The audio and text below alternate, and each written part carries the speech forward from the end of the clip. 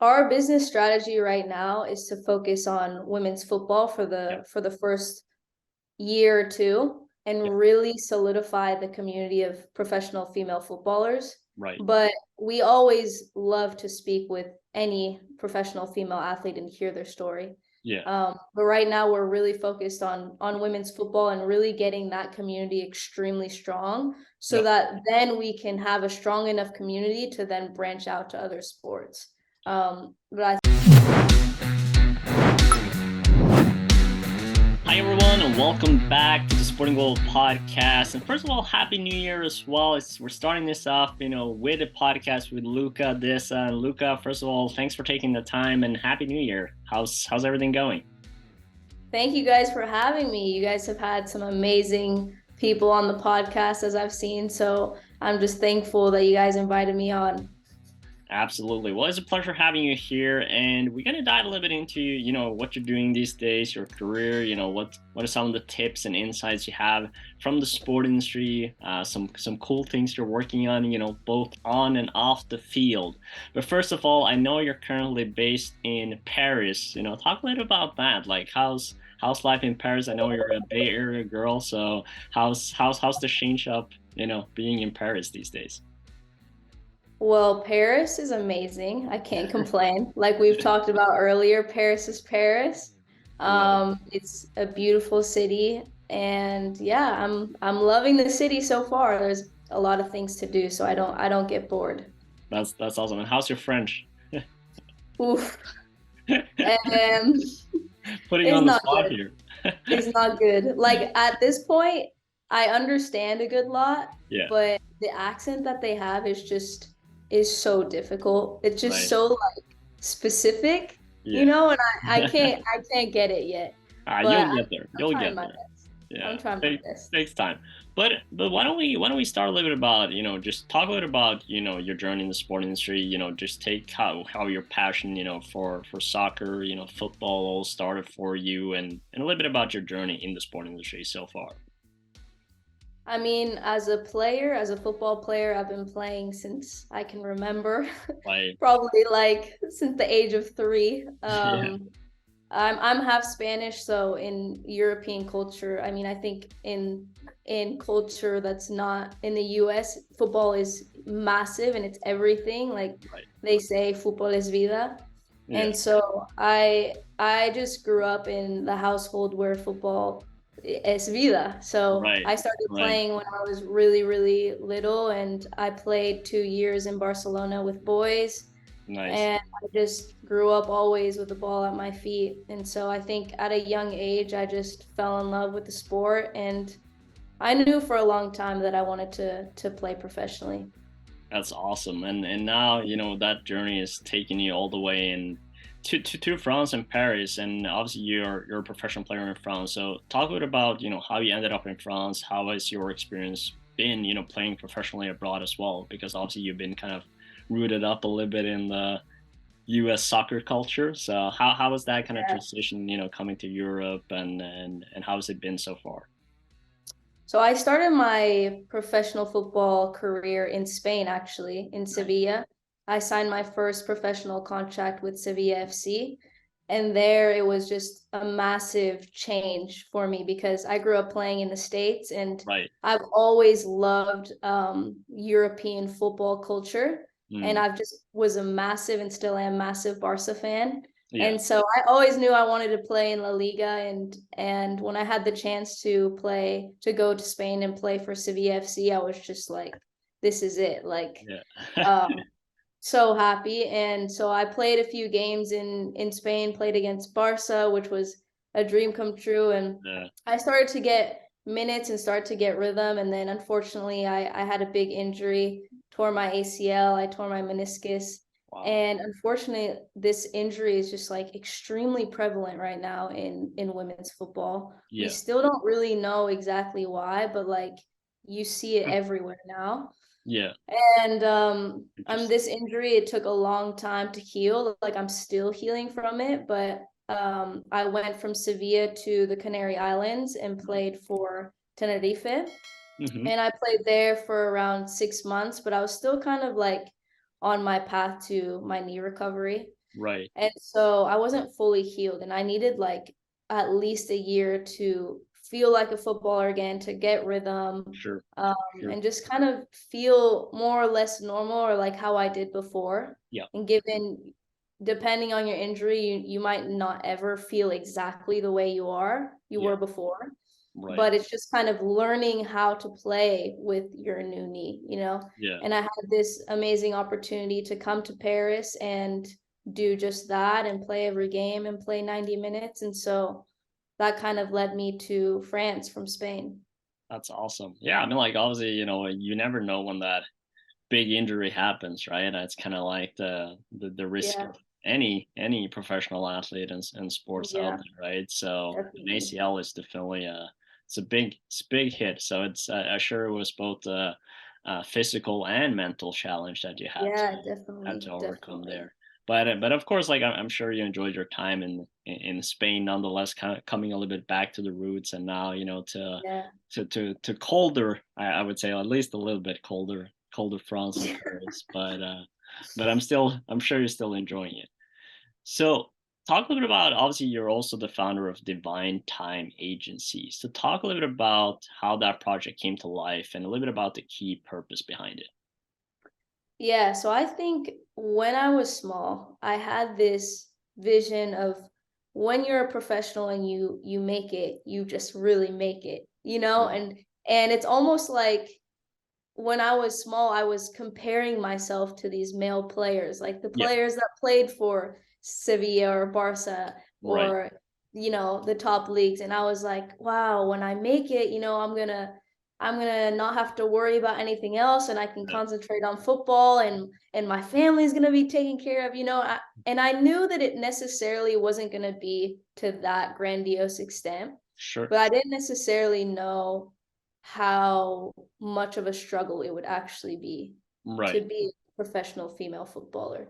Yeah. And and it's unfair. There's a lot of injustice. I think we not only struggle financially, obviously there's a big disparity in the paycheck. Sure. But I think it's bigger than that. There's a lack of visibility. There's a Mm. lack of financial security that doesn't allow for female athletes to have mental support if they need it. Right. There's just a lot of things that are lacking that we need to push to be better.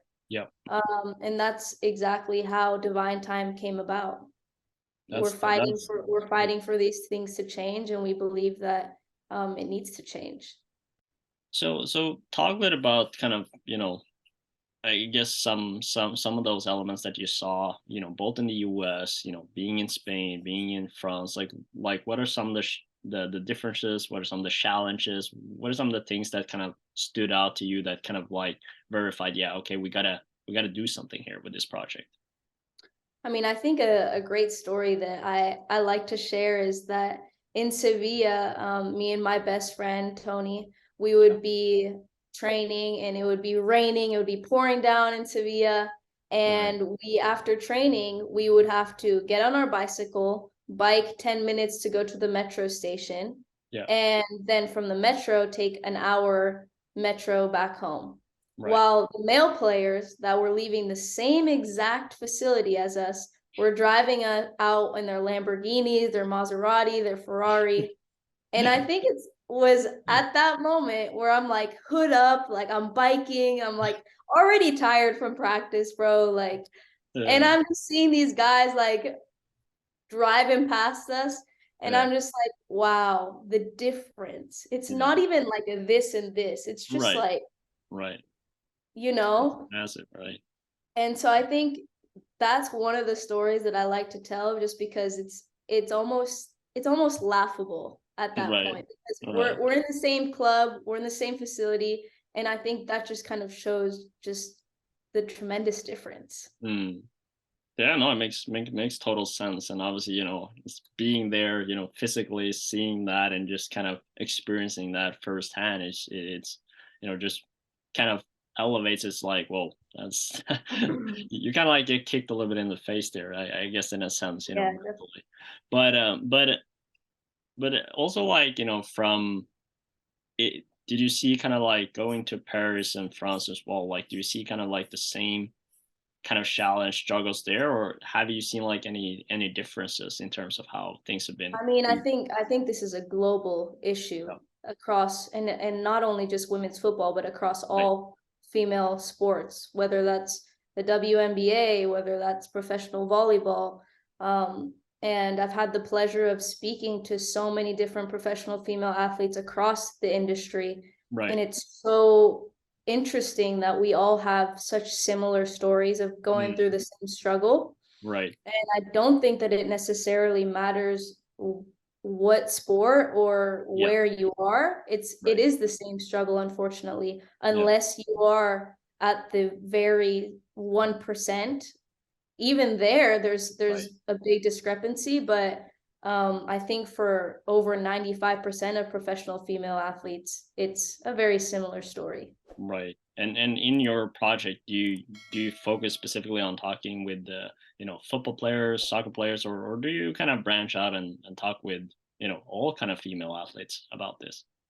Our business strategy right now is to focus on women's football for Yeah. the first year or two Yeah. and really solidify the community of professional female footballers. Right. But we always love to speak with any professional female athlete and hear their story. Yeah. But right now we're really focused on women's football and really getting that community extremely strong so Yeah. that then we can have a strong enough community to then branch out to other sports.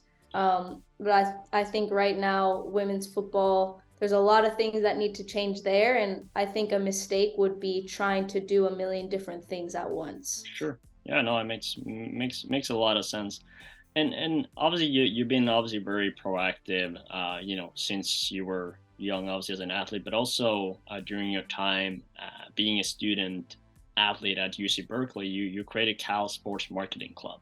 Talk about that initiative, the challenge as a student athletes, and the transition into becoming a sport business professional.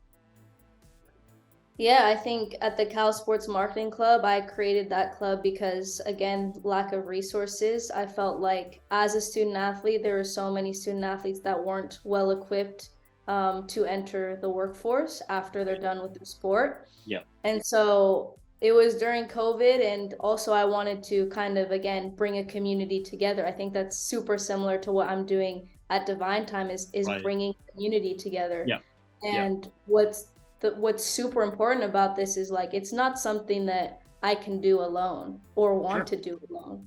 You know, Sure. it's something that I saw kind of an issue for, Yeah. but it's bringing people together that also see this issue and want to push to change that. Right.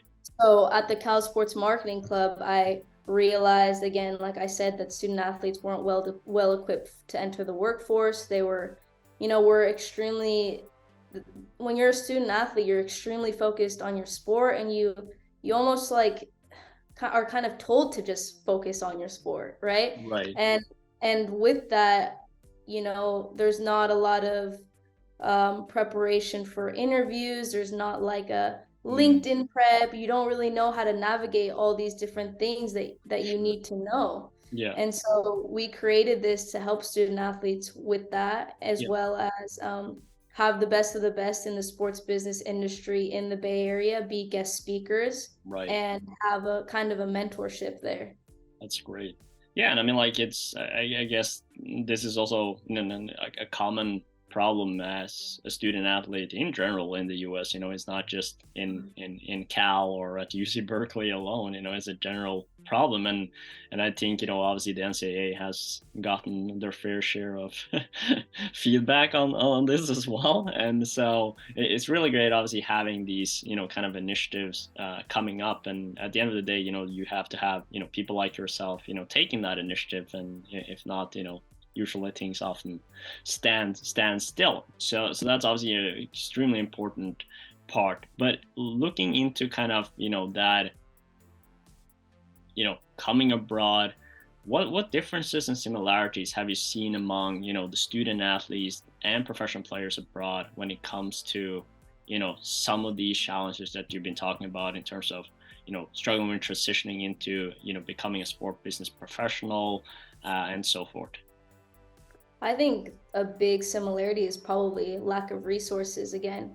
Yeah. I think one of the big things that we try to do at Divine Time is helping women utilize their name, image, and likeness and market themselves in the best of their capabilities Yep. so that then we can help them find brand partnerships, brand collab deals, Right.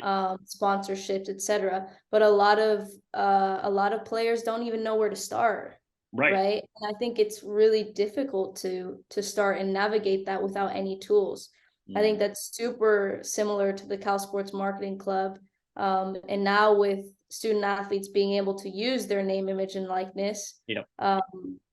you need more resources and you need help because you don't really know, again, you don't really know where to start. You don't really know what to do. And it's not a forte for a lot of people. It definitely wasn't my forte. Yeah. And so I think that's a huge similarity. Yeah. No, 100%. So we've been obviously, going quite hard on the challenges here, and I Yeah. like to have more of a positive positive thing. So let's talk a little bit about like what are some of the good things that you've seen that is, changed, that it's like, actually, okay, things are heading a little bit in the right direction. What are some things you've seen both from like obviously the NIL, name, image, likeness is obviously, a big part of that, but also, in terms of, more resources among, female soccer players and clubs. Like what are some good things you've seen recently or in the last few years? I mean, I think women athletics in the industry in general has grown tremendously, and it's Yeah. extremely positive. Right. Um, and I think that that is the reason why there's amazing opportunity and timing for Divine Time Yeah. of because women's sports is now such a great business opportunity. Yep. You're seeing more games being televised. You're seeing attendance skyrocket. I mean, you Wow. see FC Barcelona teams sell their That men's was stadium crazy. out back to back. Amazing. Like there's amazing things happening, and there's a lot of positives. And it's not to say that it hasn't gotten better because it definitely has, Yeah. but it's not good enough, Right. right? Right. And I think that that is a positive to be able to have conversations like this and be able to speak on the things that need changing. I Yeah. don't necessarily think that it needs to be a conversation where it's like, oh, Dan, like that's kind of a downer, or like, you know what I mean? Like Yeah. I feel like it's a super positive thing that we're even speaking about this Sure. because 10 Sure. years ago it wasn't even part of a conversation, Yeah. right? I think it was just um like I think we're innately taught to just be grateful that we can even play, Right. that we even that there even is this professional or Yeah. profession of being a professional female athlete, right? Right. And I think the positive now is like, well, wait, we deserve more. We can push for more, Yeah. and we should. So I think that's a big positive. So let's talk about like, maybe one or two things that you would like to see getting pushed, in the coming years. Like what are some of one, two key things that you think would really help, women, female athletes, football athletes, moving forward in this challenge that you're facing? I mean, I definitely think more visibility, Yeah. more games need to be televised, more stories need to be shared. I think in terms of televisation, there's not so much we can do as a marketing agency to put them on the TV per se, but Yeah. we definitely want to push that message out. Right. And then in terms of storytelling, that's kind of where we come in, and we want to emphasize on storytelling of these amazing professional female athletes that Right. come from all these different backgrounds, that come from all these different countries and Yeah. go through so much Yep. to be so strong and play in the World Cup, play in the Olympics. I mean, there's so many beautiful stories that need to be shared. And so I think that's kind of what we're trying to do on our platform and push that. Yeah. No, but that's great. And finally here though, I just wanted to ask you one more question, or technically it's almost two, but if you wanted to provide some tips, that you have for student athletes looking to get a career in the sport industry, like how can you begin this process already as a student athlete? Meaning, obviously, if you want to be a sport business professional, sport professional one day. I mean, I think you hear this a lot, but networking, networking.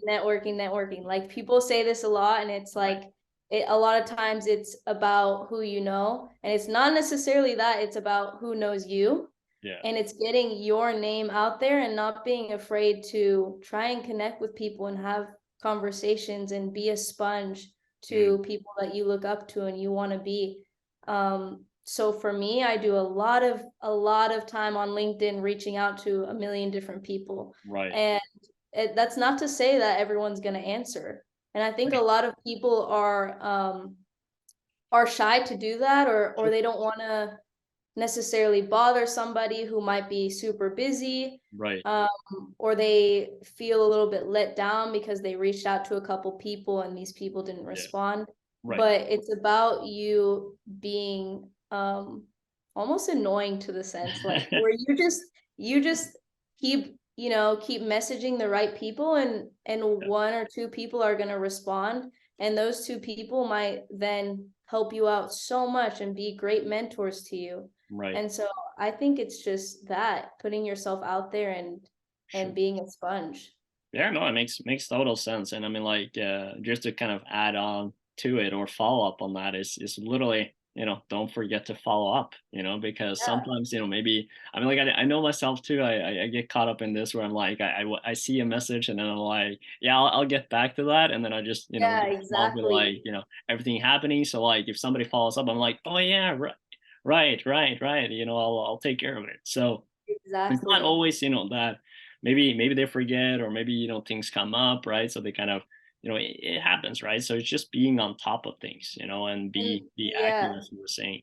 And I also think that business professionals love somebody who is persistent, to be honest. Yeah, Like I have gotten that a lot where I've reached out, somebody has reached back out, and then like we talk about, sometimes they don't see or they're busy and they forget to respond. right. I'm the type, like if you'll reach out one time and you're willing to have the chat, Yeah, I'll ask you like, "Yo, are you free next week, 2 weeks from now, like a right. month from now?" And then it happens Right. because you're persistent with it. And at the end of the day, I think one of the biggest feedbacks, like positive feedbacks that I get is like that you're super persistent. And I think that shows great initiative and ambition. So I 100%. would say, like you said, the follow up. Extremely important. Well, with that, Luca, I would like to, thank you so much for taking the time, for sharing your story, your insights, and of course, wish you all the best for the new season. Like, do you are you mid season now, or like how is that working? And Yes, I'm yeah, mid-season. I'm gonna be done in the summer. Summer is always my 1 month of break that I get to go home to the Bay yeah, and see my family. it's awesome. Um, but until then, you gotta keep going. All right. Well, I wish you best of luck. With the end of the season. The next couple of coming months probably going to be very hectic and fun, I'm sure. Of course, hope you don't get any injuries as well, so you just can play as Appreciate much as you that. can. Of course, Happy New Year, and for all those that watch all the way at the end, make sure to like the video, subscribe as well, so you get weekly tips every week from people and leaders like Luca, sharing their tips, sharing their insights with you. You know what you're gonna do now. Reach out, follow up. Be active, be persistent, and you will have a great sports career. So put yourself out there, and as a final kind of it's like a podcast, Sporting Goal podcast tradition at this point. And we talked a bit about language earlier, and this time I'm gonna teach you a little bit Norwegian. Uh-oh. I'm still trying to learn French and Yeah, but he's there trying you to teach go. me Norwegian Norwegian. is easier anyway, so it's all good. Okay, It's all okay, good. let's go. So I'm up for it. yeah, so with every video we do, we always finish with "Vi snakkes," which means "see you later" in Norwegian. So that's what you have What to. was that? "Vi snakkes." Vi snakkes. There you go. Did Easy. I say it right? Yeah. Well Vi done. snakkes. Yeah, "Vi snakkes." Amazing. Vi snakkes. There you Love go. it. All right. Thank you so much, Luca. Appreciate you. Thank you guys.